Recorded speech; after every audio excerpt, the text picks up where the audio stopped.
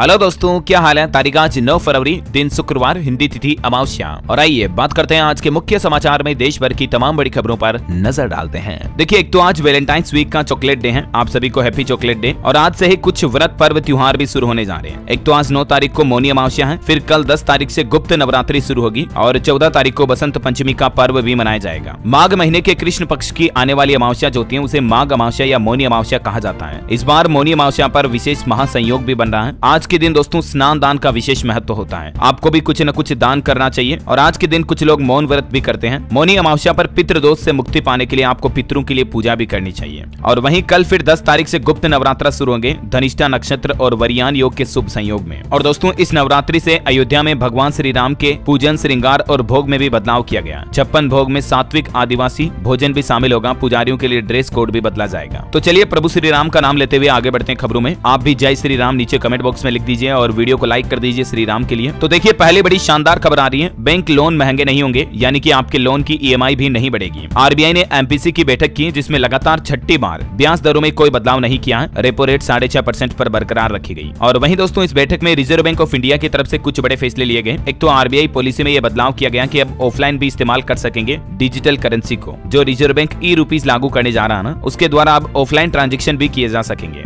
Digital payment को सुरक्षित करने के लिए आरबीआई की तरफ से यह नया प्लान बनाया गया एमपीसी मीटिंग में। और वहीं एक अच्छा फैसला ये भी लिया गया, बैंक लोन लेने वाले ग्राहकों के लिए आरबीआई ने बड़ा कदम उठाया है। बैंकों के लिए ग्राहकों को अब ये स्टेटमेंट देना भी अनिवार्य होगा। जी हाँ, बैंक लोन को लेकर नया नियम लागू हो चुका है। ध्यान से समझिए क्या अपडेट है। दरअसल नया स्टेटमेंट होगा जिसका नाम है KFS, यानी कि की फैक्ट्स स्टेटमेंट। अब सभी लोन लेने वाले ग्राहकों को बैंक के द्वारा ये स्टेटमेंट दिया जाएगा। अब इसमें क्या होगा, तो दोस्तों इसमें आपके प्रोसेसिंग फीस से लेकर डॉक्यूमेंटेशन चार्जेस तक शामिल होंगे। और ये नया नियम आरबीआई ने सभी तरह के लोन के लिए लागू कर दिया, चाहे कार लोन, ऑटो लोन, गाड़ी, पर्सनल बिजनेस लोन कोई भी ले रहे हो आप, ये नियम अनिवार्य होगा। यानी कि ग्राहकों को लोन के साथ अलग से कोई प्रोसेसिंग फीस नहीं देनी पड़ेगी। जी हाँ दोस्तों, नए लोन पर आरबीआई की तरफ से ये सबसे बड़ा फैसला लिया गया। अब लोन पर आपको कोई अलग से प्रोसेसिंग फीस नहीं देनी होगी, बल्कि लोन की जो इंटरेस्ट रेट होती है ना, ब्याज दर, उसके साथ साथ लोन लेने की शुरुआत में ही डॉक्यूमेंटेशन, प्रोसेसिंग फीस और अन्य शुल्क जो पहले देने होते थे, इस तरह से उनके लोन पर आने वाला खर्च बढ़ जाता है। लेकिन अब बैंकों से ये कहा गया कि आप ब्याज दरों में ही ये सब शुल्क को, ये सब प्रोसेसिंग चार्जेस को जोड़ दें, ताकि ग्राहकों को ये पता चल सके कि उन्हें अपने लोन पर वास्तविक ब्याज कितना देना है। समझ रहे हो, मतलब ये चार्जेस तो लगेंगे प्रोसेसिंग फीस वगैरह, लेकिन आपको अलग से नहीं देने होंगे। बैंक के इंटरेस्ट रेट यानी कि लोन की ब्याज दर में ही इंक्लूड होंगे ये। तो ये भी सभी लोन के लिए नया नियम लागू कर दिया आरबीआई ने। और एक अच्छी खबर है, बैंक लॉकर जैसा सुरक्षित हो जाएगा ऑनलाइन ट्रांजेक्शन। सेफ्टी बढ़ाने के लिए आरबीआई एक नया तरीका भी लेकर आ रहा, जिसमें ओटीपी के अलावा भी एक और सेफ्टी मेथड लागू किया जाएगा बैंकिंग ट्रांजेक्शन में। चलिए अगली बड़ी अच्छी खुशखबरी देखिए, ईपीएफओ की तरफ से आई है। अब इन कर्मचारियों को भी मिलेगा पीएफ का लाभ। क्षेत्र भविष्य निधि आयुक्त की तरफ से ये नए निर्देश जारी किए गए हैं। अब स्वास्थ्य विभाग में कार्यरत सभी मानदेय तथा संविदा कर्मियों को भी उनके योगदान की तिथि से ही ईपीएफ का लाभ मिल सकेगा। और ये आदेश शुरुआत में बिहार राज्य से शुरू होने जा रहा है। इस संबंध में बिहार के 7 जिलों के जिला स्वास्थ्य समिति को पत्र भी लिखा गया है और प्रक्रिया पूरी करने के लिए 7 दिनों का समय मिला है। चलिए बड़ी खबर है, ओपीएस यानी कि ओल्ड पेंशन स्कीम, यानी पुरानी पेंशन योजना को लेकर केंद्र सरकार को 6 सप्ताह का अल्टीमेटम दिया है सरकारी कर्मचारियों के संगठन ने। अगर 6 सप्ताह के अंदर अंदर केंद्र सरकार ने पुरानी पेंशन योजना वापस लागू नहीं की तो हड़ताल होगी। रेलवे, रक्षा समेत सारे सरकारी दफ्तर बंद हो जाएंगे। देश भर में पुरानी पेंशन योजना की बहाली के लिए लंबे समय से संघर्ष कर रहे कर्मचारी संगठनों ने केंद्र सरकार को ओपीएस लागू करने के लिए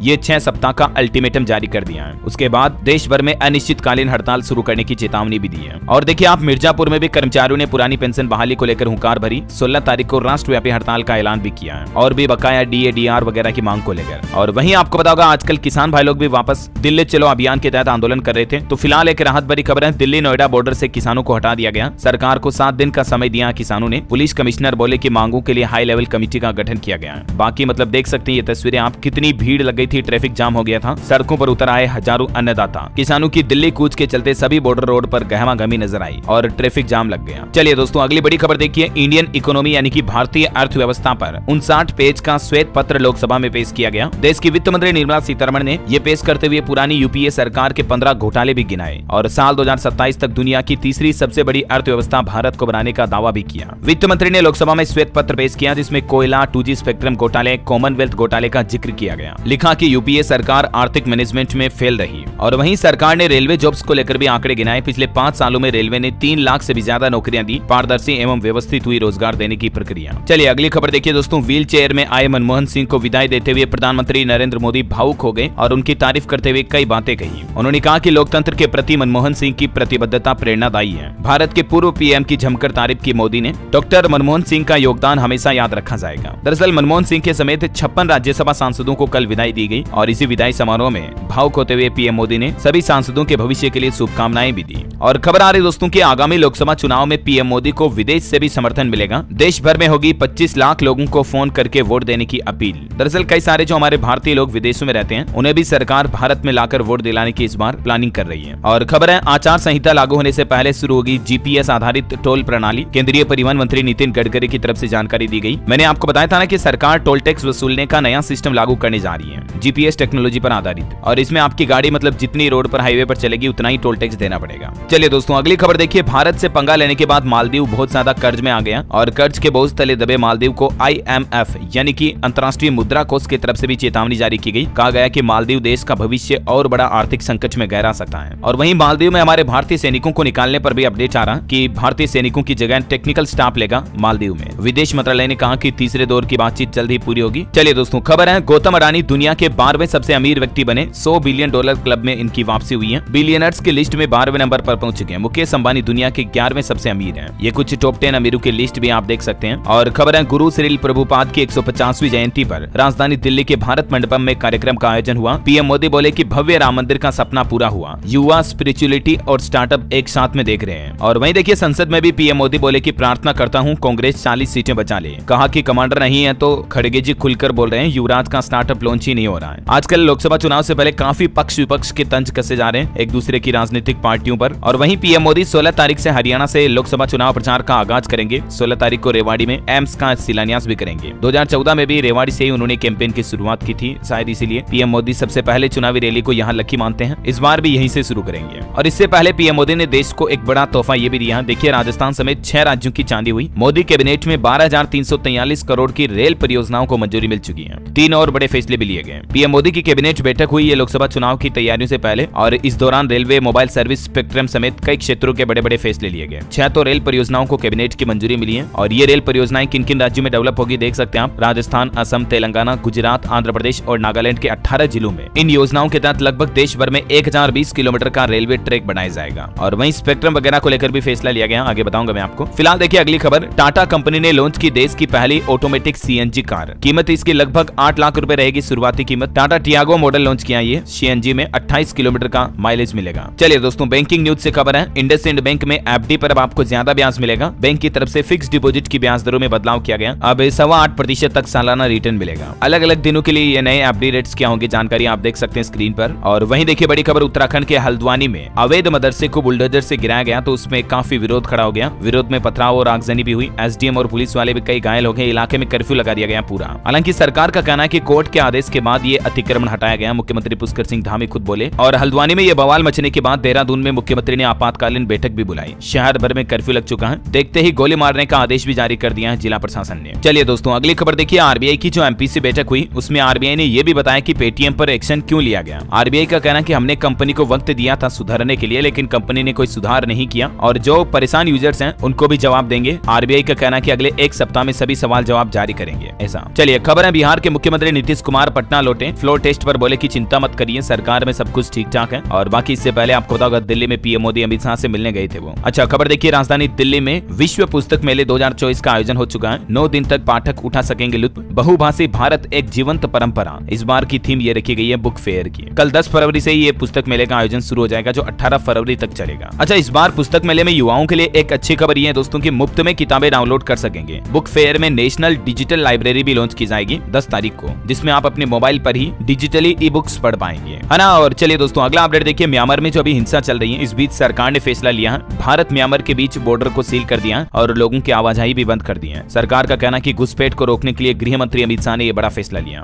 1600 किलोमीटर की बॉर्डर लगती है इंडिया म्यांमार के बीच। और राहुल गांधी ने भारत जोड़ो न्याय यात्रा में देखिए जातीय जनगणना मुद्दे पर बोले राहुल गांधी। उन्होंने कहा कि ओबीसी नहीं बल्कि सामान्य वर्ग से आते हैं पीएम मोदी। प्रधानमंत्री की जाति पर सवाल खड़ा करते हुए राहुल गांधी बोले नरेंद्र मोदी जी ओबीसी पैदा नहीं हुए। उन्होंने कहा कि वे गुजरात की तेली जाति में जन्मे थे, फिर भाजपा ने इसे साल 2000 में ओबीसी का दर्जा दिया। तो ये भी पीएम मोदी की जाति पर सवाल खड़े किए कांग्रेस ने। चलिए मार्केट से कुछ अपडेट देखिए दोस्तों। एलआईसी कंपनी ने तीसरी तिमाही के नतीजे जारी किए और क्वार्टर 3 में कंपनी का नेट प्रॉफिट लगभग 50% बढ़कर 9,441 करोड़ रुपए रहा। जोमेटो ने भी तीसरी तिमाही के नतीजे जारी कर दिए। 138 करोड़ का नेट प्रॉफिट हुआ। रेवेन्यू 69% बढ़ा। और युवाओं के लिए बड़ी अच्छी खबर है। इंडियन आर्मी में अग्निवीर के 25,000 पदों पर भर्ती निकली हुई है। 10वीं 12वीं पास युवाओं को खास मौका है, एग्जाम के जरिए सिलेक्शन होगा। और ये इंडियन आर्मी की इस भर्ती की ज्यादा जानकारी आप देख सकते हैं। टोटल नंबर ऑफ पोस्ट 25,000 है। आवेदन कल 8 फरवरी से शुरू हो चुके हैं। लास्ट डेट 21 मार्च 2024 है और फॉर्म की फीस रहेगी 550 रुपए। ठीक है, जो फॉर्म भरना चाहते हैं वो ज्वाइन इंडियन आर्मी.nic रूटीन इस ऑफिशियल पोर्टल पर जाकर के ऑनलाइन अप्लाई कर सकते हैं। और भी ज्यादा जानकारी आप इस ऑफिशियल पीडीएफ नोटिफिकेशन में देख लीजिएगा, मैं लिंक के नीचे डाल दूंगा। ठीक है, अच्छा कुछ और सरकारी नौकरियों वगैरह को लेकर अपडेट हैं, आगे बताऊंगा मैं पूरी एजुकेशनल खबरों के साथ में। फिलहाल देखिए अगली खबर, महाराष्ट्र में मराठा आंदोलन को लेकर जरांगे ने एक बार फिर से सरकार को चेतावनी दी और कहा कि 10 फरवरी से फिर से अनशन करेंगे। वो खबर है केंद्र सरकार की टैक्स नीतियों के खिलाफ केरल सरकार ने दिल्ली में प्रदर्शन किया और इस दौरान दिल्ली के मुख्यमंत्री अरविंद केजरीवाल और भगवंत मान जो कि पंजाब के सीएम है वो भी मौजूद रहे। सीएम विजयन बोले कि हम एकजुट होकर लड़ेंगे।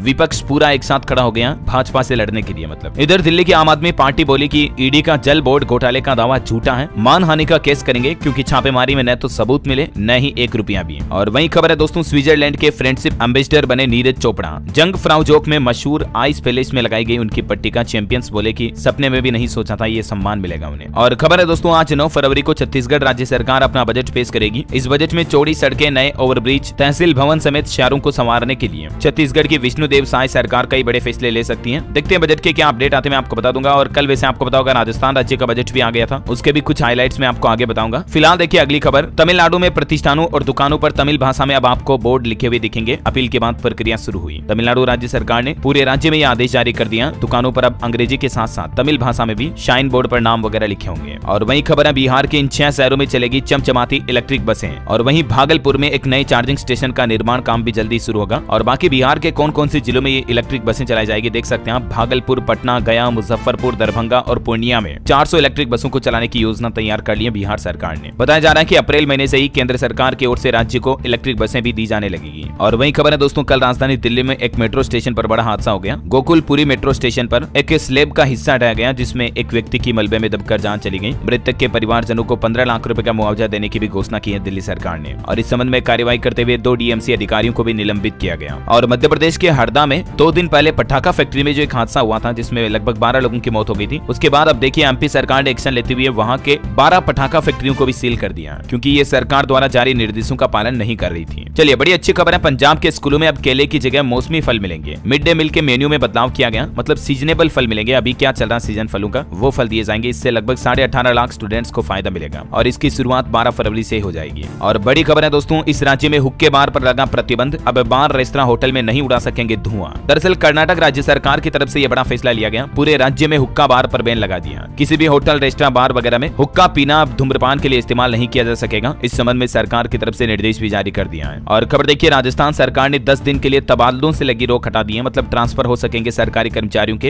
हालांकि इसमें 3rd ग्रेड टीचर्स के ट्रांसफर नहीं होंगे। पिछले साल 15 जनवरी को यह रोक लगाई थी, लेकिन फिलहाल 10 दिनों के लिए तबादले से बैन हटा दिया गया। राजस्थान की भजन लाल सरकार ने बजट के बाद ये फैसला लिया, तो ट्रांसफर का इंतजार कर रहे कर्मचारियों के लिए तो ये अच्छी खबर है ही। और बाकी दोस्तों मैंने आपको बताया ना कि राजस्थान का बजट जारी हो चुका है, इसके हाइलाइट्स देख लीजिए फटाफट से। इस बजट में किसान, महिलाओं, आम नागरिकों के लिए कई बड़ी सौगात दी है वर्तमान की राजस्थान सरकार ने। राजस्थान की मुख्यमंत्री दिया कुमारी ने बजट पेश करते हुए घोषणा की है, जयपुर में मेट्रो के नए रूट को मंजूरी मिली। राजस्थान के 5 लाख घरों में सोलर प्लांट लगाए जाएंगे। किसानों को गेहूं पर 125 रुपए प्रति क्विंटल का बोनस मिलेगा। युवाओं के लिए 70,000 नई भर्तियों की घोषणा की गई है। और बुजुर्गों को वृद्धावस्था वगैरह की जो पेंशन मिलती है उसमें भी 150 रुपए की बढ़ोतरी की गई है। जो पहले 1000 रुपए मिलते थे उसकी जगह अब 1150 रुपए मिलेंगे। सामाजिक सुरक्षा पेंशन में ये बढ़ोतरी की गई है। और वहीं 5 लाख गो पालकों को कर्ज भी देगी राजस्थान सरकार। जैसे किसान क्रेडिट कार्ड होता है, ठीक वैसे ही राजस्थान में किसानों के लिए गोपाल क्रेडिट कार्ड योजना भी शुरू करेगी और इसके तहत उन्हें 1-1 लाख रुपए तक का शॉर्ट टर्म लोन दिया जाएगा किसानों को उपकरण खरीदने के लिए। और वहीं राजस्थान में युवाओं के लिए भर्ती परीक्षाओं का कैलेंडर भी जारी होगा, जैसे SSC IBPS का होता वैसे ही। मंडी टैक्स समाप्त करने से चीनी और गुड़ सस्ते होंगे। राजस्थान में भूमि टैक्स भी समाप्त हुआ, लैंड टैक्स अब नहीं लगेगा। और बुजुर्गों को रोडवेज किराए में 50% छूट मिलेगी, यानी कि आधा ही किराया लगेगा उनका।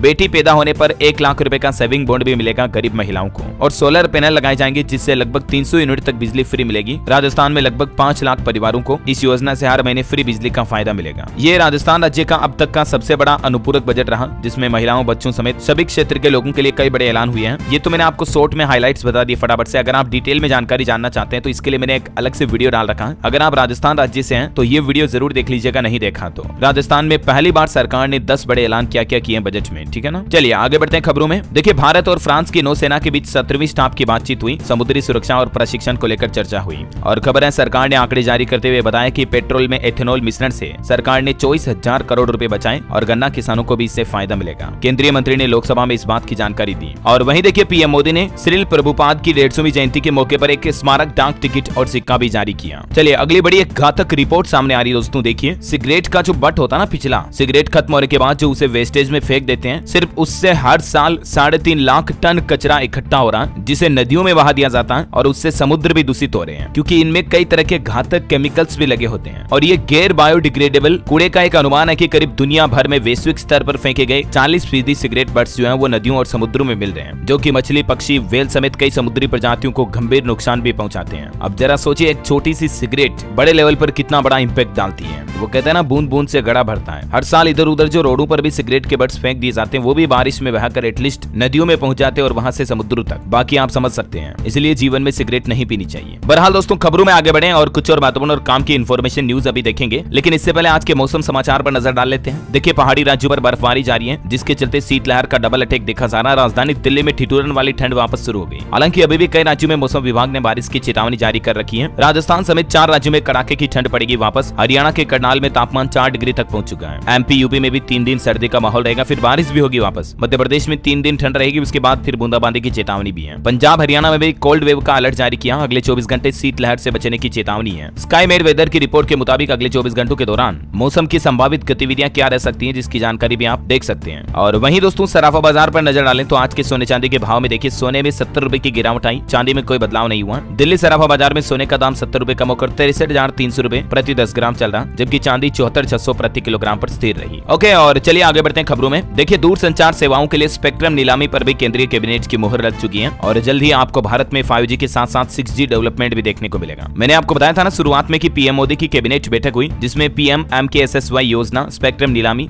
समेत कई सारे बड़े फैसले लिए गए और रेल डेवलपमेंट वगैरह को भी मंजूरी मिली है। और खबर देखिए साल 2024 के अंत तक उत्तर प्रदेश के जेवर में भी अंतर्राष्ट्रीय हवाई अड्डा बनकर तैयार हो जाएगा। विमानन मंत्री ने पार्लियामेंट के लाइव सेशन में ये बात की जानकारी दी। और वहीं दोस्तों यूपी से सरकारी कर्मचारियों के लिए भी एक बड़ी खबर आ रही है। रोडवेज कर्मचारियों का DA यानी कि महंगाई भत्ता 10% बढ़ चुका है। हर कर्मचारी को 3 से 15,000 रुपए तक का फायदा होगा इससे। अभी तक महंगाई भत्ता जो 28% मिल रहा था, वो सीधा बढ़कर 38% कर दिया, 38%। और इस बढ़ोतरी से राज्य के लगभग 12,000 से भी ज्यादा रोडवेज कर्मचारियों को फायदा मिलेगा। और बड़ी अच्छी खबर आ रही है दोस्तों, भारतीय अंतरिक्ष एजेंसी इसरो इनसेट 3DS उपग्रह श्रीहरिकोटा से उड़ान भरने के लिए तैयार है। लॉन्च करने जा रही इसरो ये नया सैटेलाइट 17 फरवरी को शाम के समय इसका प्रक्षेपण होगा। और नासा से भी एक अपडेट आ रहा है। नासा ने पेस सैटेलाइट लॉन्च किया, जो कि तूफान और मौसम के अन्य पूर्वानुमानों को बेहतर बनाने में मदद करेगा। और वैसे दोस्तों इस तरह का एक नया फीचर गूगल मैप पर भी जुड़ चुका है। अब आप गूगल मैप के जरिए भी मौसम और एयर क्वालिटी की डिटेल चेक कर पाएंगे, अलग अलग लोकेशन की। गूगल कंपनी की तरफ से नया AI फीचर जोड़ा गया है। चलिए अगली खबर देखिए, छत्तीसगढ़ में अब शिक्षा विभाग के हवाले स्वामी आत्मानंद स्कूल सौंप दिए गए हैं। इन स्कूलों की संचालन समितियां खत्म की जाएगी। 800 करोड़ का घपला सामने आने के बाद छत्तीसगढ़ सरकार ने ये बड़ा फैसला लिया है। चलिए खबर है व्यावसायिक शिक्षा और कौशल विकास के माध्यम से साल 2023-24 में अब तक 66,000 युवाओं को रोजगार मिला। उत्तर प्रदेश के राज्य मंत्री की तरफ से ये बात की जानकारी दी गई विधानसभा में। और वहीं यूपी में बिजली विभाग की तरफ से एक बड़ा फैसला लिया गया। अब 5,000 का बिजली बिल बकाया होते ही आपके घर की लाइट काट दी जाएगी, यानी कि कनेक्शन कट कर दिया जाएगा। इसलिए समय पर अपना बिजली बिल भुगतान करें। और वहीं देखिए बड़ी खबर, राजस्थान में लव मैरिज करने वाले कपल को अब टेंशन नहीं रहेगी। वैलेंटाइंस वीक के बीच राजस्थान सरकार ने एक नया फैसला लिया। पुलिस सुरक्षा देगी लव मैरिज करने वालों को और इसके लिए एक हेल्पलाइन नंबर भी जारी किया गया। राज्य स्तर पर यह नंबर आप स्क्रीन पर देख सकते हैं। शिकायतकर्ता इस नंबर पर संपर्क कर सकते हैं। व्हाट्सएप के जरिए कपल भी पुलिस से संपर्क कर सकते हैं, इसके लिए भी हेल्पलाइन नंबर आप देख सकते हैं। कई बार होता ना कि अलग अलग जाति के अगर लड़का लड़की शादी कर रहे हैं तो समाज के कुछ लोग विरोध करते हैं, तो अब परेशान नहीं कर सकेंगे परिवारजन और जाति समाज के लोग। हालांकि कोई भी लड़का लड़की घर से अगर भागने का प्लान कर रहे हैं तो उससे पहले प्लीज एक बार अपने माँ बाप के बारे में भी सोच लिया करो, क्योंकि प्यार एक दिन की चांदनी की तरह होता है, फिर अंधेरी रात। बाकी तो आप खुद ही समझदार हैं। आगे बढ़ते खबरों में देखिए आप, उत्तराखंड में होमगार्डों को भी अब सरकार बड़ी जिम्मेदारी देने की तैयारी कर रही है। हेलीपैड की सुरक्षा भी होमगार्डों की जिम्मे सौंपी जाएगी। और टेक्नोलॉजी से बड़ी खबर देखिए दोस्तों, एप्पल कंपनी भी एक नया AI टूल लेकर आया है। ChatGPT की तरह प्रॉम्प्ट लिख करके आप अपने आईफोन में इमेज एडिटिंग कर पाएंगे। और खबर है दुनिया की सबसे ऊंची प्रतिमा स्टैच्यू ऑफ यूनिटी जो गुजरात में है, उसके लिए अब एयर कनेक्टिविटी भी शुरू करने जा रही गुजरात सरकार, यानी हवाई रूट से जोड़ा जाएगा इस स्थान को। और वहीं देखिए बिहार के मुजफ्फरपुर के SKMCH में अब मिलेगी सुपर स्पेशलिटी हॉस्पिटल जैसी सुविधाएं। प्रधानमंत्री नरेंद्र मोदी 15 फरवरी को इस हॉस्पिटल का नया सिस्टम का उद्घाटन करेंगे। वैसे बिहार में इलेक्ट्रिक वाहनों को खरीदने पर भी अब आपको रजिस्ट्रेशन टैक्स में 75% तक की छूट मिलेगी। डीलर पॉइंट पर ये फायदा मिलेगा। बिहार की नीतीश सरकार ने राज्य में ईवी को बढ़ावा देने के लिए ये शानदार घोषणा कर दी है। उत्तर प्रदेश की योगी सरकार का बड़ा ऐलान, यूपी में हर परिवार का बनेगा अपना फैमिली कार्ड और एक सदस्य को रोजगार भी मिलेगा। मुख्यमंत्री योगी आदित्यनाथ ने विधानसभा में एक नई लोक कल्याणकारी योजना की घोषणा की है और भी ज्यादा जानकारी देख सकते हैं आप इस बारे में। और वहीं देखिए सुप्रीम कोर्ट की तरफ से रजिस्ट्री अधिकारियों को यह निर्देश दिया गया कि वादी के जाति या धर्म का उल्लेख न करें रजिस्ट्री में। एक ऐसे मामले की सुनवाई करते हुए कहा कि वकीलों से यह कहा गया, मतलब कोर्ट केस के दौरान वादी परिवादी के जाति धर्म वगैरह का उल्लेख न करें ऐसा। और दिल्ली में देखिए दोस्तों, आम लोगों को गाड़ी के लिए अब 0001 नंबर ये नहीं मिलेगा, क्योंकि ये नंबर अब सरकारी अधिकारियों के लिए रिजर्व रहेगा। वैसे कुछ इस तरह के जो वीआईपी नंबर होते हैं इन्हें खरीदना पड़ता है, इनकी बोली लगती है, ये सबसे महंगे नंबर होते हैं। और खबर है राजस्थान में अब हर बुधवार और शनिवार को आयोजित होंगे हेल्थ मेले। आयुष्मान भव अभियान के तहत रोगियों को मिलेगी निःशुल्क दवा और जांच सुविधाएं भी। बजट के बाद राजस्थान की भजनलाल सरकार की तरफ से ये कुछ बड़े ऐलान किया गया और राजस्थान में 50,000 शिक्षकों के प्रमोशन की राह भी खुल चुकी है। शिक्षा विभाग की भर्ती में सभी पेपर में 40% अंक की बाध्यता को भी खत्म कर दिया गया। वरिष्ठ अध्यापक से व्याख्याता के पद पर 4 साल से अटकी पदोन्नति का अब ये रास्ता साफ हो गया। चलिए खबर है छत्तीसगढ़ में प्रति व्यक्ति आय 1,47,000 पहुंच चुकी है। जीडीपी 6.56%, जो कि देश की जीडीपी से 0.76% कम है। वित्त मंत्री की तरफ से छत्तीसगढ़ राज्य की आर्थिक सर्वेक्षण रिपोर्ट पेश की गई। और वहीं देखिए छत्तीसगढ़ में सरकार ने 2020 में लिए गए सभी फैसले निरस्त कर दिए। मुख्यमंत्री विष्णुदेव साय बोले कि कोल परिवहन व उसके परमिट की प्रक्रिया फिर से ऑनलाइन होगी। उत्तर प्रदेश में वाराणसी ज्ञानव्यापी मामले पर खबर आ रही कि व्यास के तहखाने में पूजा जारी रहेगी। अंजुमन इंतजामिया कमेटी की याचिका पर कोर्ट ने तुरंत सुनवाई करने से इनकार कर दिया। अब 15 फरवरी को होगी अगली हियरिंग। और वहीं खबर है कि ज्ञानव्यापी में मस्जिद बनने के बाद भी 200 साल तक पूजा चालू रही। एएसआई को मिले 93 सिक्के दे रहे हैं इस बात की गवाही। ये 1800 से लेकर सन 1957 तक के सिक्के हैं जो ज्ञानव्यापी के परिसर में पाए गए। और खबर है उत्तर प्रदेश गोरखपुर में जल्द शुरू होगा सीबीजी का कमर्शियल उत्पादन। बायोफ्यूल कॉम्प्लेक्स में चल रहा ट्रायल मुख्यमंत्री योगी आदित्यनाथ ने साल 2019 में इसका शिलान्यास किया था। बड़ी खबर देखिए, बिहार में TRE 1 में चयनित टीचरों के लिए शिक्षा विभाग का आदेश। इस्तीफा मंजूर होने के बाद ही दूसरे चरण में देंगे योगदान। सभी DEO को इस संबंध में सरकार ने पत्र भी लिखा है, ये देख सकते हैं लेटर भी आप। और खबर है बिहार में सितंबर तक स्कूलों में नहीं बढ़े स्टूडेंट्स तो तालेबंदी कर दी जाएगी, मतलब स्कूलों पर ताला लगा दिया जाएगा। बिहार के शिक्षा सचिव KK पाठक की तरफ से सभी जिलों के DEO को ये नया टास्क दिया कि स्कूल प्रचार प्रसार करें, एजुकेशन को बढ़ावा दें, स्टूडेंट की संख्या बढ़ाएं। ऐसे बिहार के जिन स्कूलों में छात्रों की संख्या नामात्र की है उन स्कूलों को बंद कर दिया जाएगा और वहां तैनात टीचरों की दूसरे स्कूलों में तैनाती की जाएगी। ये मतलब बिहार शिक्षा विभाग की तरफ से कड़ा आदेश जारी किया है। चलिए खबर देखिए, हरियाणा में लॉ एंड ऑर्डर को लेकर हरियाणा के मुख्यमंत्री मनोहर लाल और गृह मंत्री अनिल विज के बीच चर्चा हुई। गृह मंत्री बोले कि किसान आंदोलन पर बात हुई, पंजाब ने हमें कोई इंटीमेशन नहीं दिया। और पंजाब राज्य में भी सरकार ने एक नया आदेश जारी किया है। लोकसभा चुनाव में 95 लाख खर्च कर पाएंगे चुनावी उम्मीदवार। निर्वाचन आयोग की तरफ से उम्मीदवारों के खर्च की सीमा भी तय की, इस संबंध में आदेश जारी हो चुका है। और पंजाब के गोइंदवाला थर्मल प्लांट पर भी अच्छी खबर आ रही है कि जून में शुरू हो जाएगा ये। पंजाब सरकार तैयारियों में जुटी। मुख्यमंत्री भगवंत मान 11 फरवरी को लोगों को समर्पित करेंगे। अब राज्य में बिजली का संकट खत्म होगा पंजाब में, क्योंकि नया ये थर्मल पावर प्लांट शुरू हो जाएगा। और पंजाब में रजिस्ट्री से एनओसी खत्म करने पर भी मुख्यमंत्री भगवंत मान ने मीटिंग की। मान बोले कि अवैध कॉलोनियां काटने वाले मामलों को लेकर विधानसभा सेशन में सख्त कानून भी लाएंगे। और खेल समाचार पर खबर देखिए दोस्तों, अंडर 19 वर्ल्ड कप ऑस्ट्रेलिया ने पाकिस्तान की उम्मीदें तोड़ी। आखिरी विकेट की साझेदारी से फाइनल में पहुंचा कंगारू। 11 फरवरी को भारत से खिताबी मुकाबला होगा ऑस्ट्रेलिया का। बेनोनी में खेला जाएगा ये मुकाबला। चलिए कुछ एजुकेशनल खबरें देख लेते हैं। देखिए एसएससी ने एग्जाम कैलेंडर 2024-25 जारी कर दिया। एसएससी CGL CHSL समेत सभी परीक्षाओं के शेड्यूल आप ऑफिशियल पोर्टल पर चेक कर लीजिएगा। वहीं खबर है सरकारी नौकरी को लेकर BPSC टीचर भर्ती थर्ड फेज के लिए 10 फरवरी से आवेदन शुरू होंगे। 78,000 वैकेंसी, इसमें एज लिमिट 42 साल। लास्ट डेट इसकी 23 फरवरी है। आवेदन 10 फरवरी से शुरू होंगे, ठीक है। और दिल्ली में देखिए DSSB में 1896 पदों पर भर्ती निकली हुई है। अधिकतम आयु 35 साल। ऑफिशियल पोर्टल इसका ये है, इसके जरिए उम्मीदवार आवेदन कर सकते हैं। 13 फरवरी से इसके लिए फॉर्म भरना शुरू होंगे और 13 मार्च इसकी लास्ट डेट रहेगी। फीस 100 रुपए है। और उत्तर प्रदेश की पुलिस कांस्टेबल परीक्षा पर भी खबर आ रही दोस्तों की इस एग्जाम में 0.5 अंक की नेगेटिव मार्किंग होगी। 48 लाख उम्मीदवारों के लिए सैंपल OMR सीट भी जारी हुई है, जो आप ऑफिशियल पोर्टल से डाउनलोड करके चेक कर लीजिएगा एग्जाम देने जाने से पहले, ठीक है। ये देख सकते हैं आप सैंपल OMR सीट भी। और खबर है राजस्थान में RSMSSB ने संगणक यानी कंप्यूटर भर्ती के लिए एग्जाम डेट घोषित कर दी है। 3 मार्च को होगी ये परीक्षा। जो 583 रिक्त पदों के लिए भर्ती निकली हुई है उसके एग्जाम की तारीख आ चुकी है। और वहीं UPSC के CSE प्रीलिम्स एग्जाम पर भी खबर है कि ये परीक्षा के लिए 14 फरवरी को नोटिफिकेशन जारी होगा। डी फार्मा को लेकर भी एक नया नियम लागू कर दिया। सिर्फ डिप्लोमा इन फार्मेसी करके नहीं बन सकेंगे फार्मासिस्ट। रजिस्ट्रेशन पर रोक लगा दी गई है। देश भर में फार्मासिस्ट को लेकर लेकर ये नया आदेश जारी कर दिया सरकार की तरफ से, देख सकते हैं ज्यादा जानकारियां। ओके स्टूडेंट, छात्र छात्राओं के लिए ये इंपोर्टेंट खबरें तो अपन ने देख ली। चलिए अब कुछ और अपडेट देख लेते हैं फटाफट से। देखिए अब AI बताएगा कि आखिर अपराधी कौन है। उत्तर प्रदेश की राजधानी लखनऊ में 1200 खास आर्टिफिशियल इंटेलिजेंस युक्त कैमरे लगाए गए।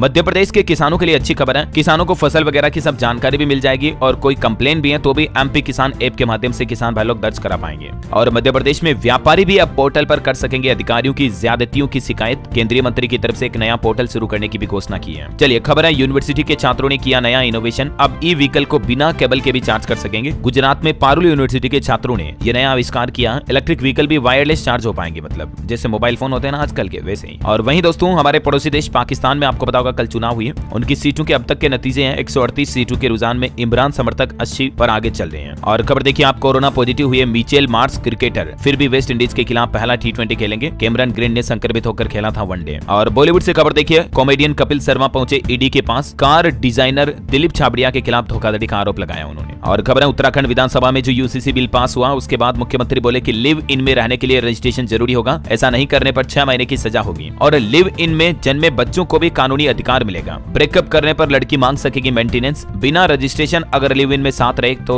कपल को जोड़े को 6 साल की जेल की सजा भी होगी। ऐसे कई महत्वपूर्ण कानून जो है UCC यूनिफॉर्म सिविल कोड में लागू किए गए। मैंने आपको डिटेल जानकारी पहले भी बताई थी DLS न्यूज पर, राइट। और वहीं दोस्तों सुप्रीम कोर्ट ने SC/ST रिजर्वेशन रिव्यू पर अपना फैसला सुरक्षित रख लिया है। सुनवाई के दौरान कोर्ट ने कहा कि राज्य सिलेक्टिव नहीं हो सकते हैं, इससे तुष्टिकरण को बढ़ावा मिलेगा। और चलिए अंत में आज के राशिफल पर नजर डाल लेते हैं। देखिए मेष और सिंह राशि के लोगों को नौकरी में तरक्की मिलेगी। तुला राशि वालों को आज रुका हुआ पैसा मिलने के योग बन रहे हैं। कर्क राशि के लोग अपने लक्ष्य पर ध्यान दें और कन्या राशि के लोग अपनी गलतफहमियां दूर करें तो बेहतर होगा। ओके दोस्तों, और साथ ही आप मुझे कमेंट करके बताइए कि हाल ही में प्रधानमंत्री ने सूर्योदय योजना के तहत देश भर में कितने लोगों के घरों पर रूफटॉप सोलर सिस्टम लगाने का ऐलान किया है। कमेंट करके बताइए 10 लाख, 20 लाख, 50 लाख, करोड़ों में कितने संख्या कमेंट में बताना। सही जवाब देने वाले लोगों को रैंडमली सेलेक्ट होने पर DLS न्यूज टीम की तरफ से एक शानदार सरप्राइज गिफ्ट जीतने का मौका मिलेगा। और इसी के साथ ही अगर आपको वीडियो अच्छा लगा तो इसे लाइक करना, शेयर भी करना। DLS न्यूज चैनल को सब्सक्राइब करके बेल आइकन जरूर दबा देना रोजाना ऐसे इन्फॉर्मेटिव काम की खबरें देखते रहने के लिए। जय हिंद, जय भारत, वंदे मातरम।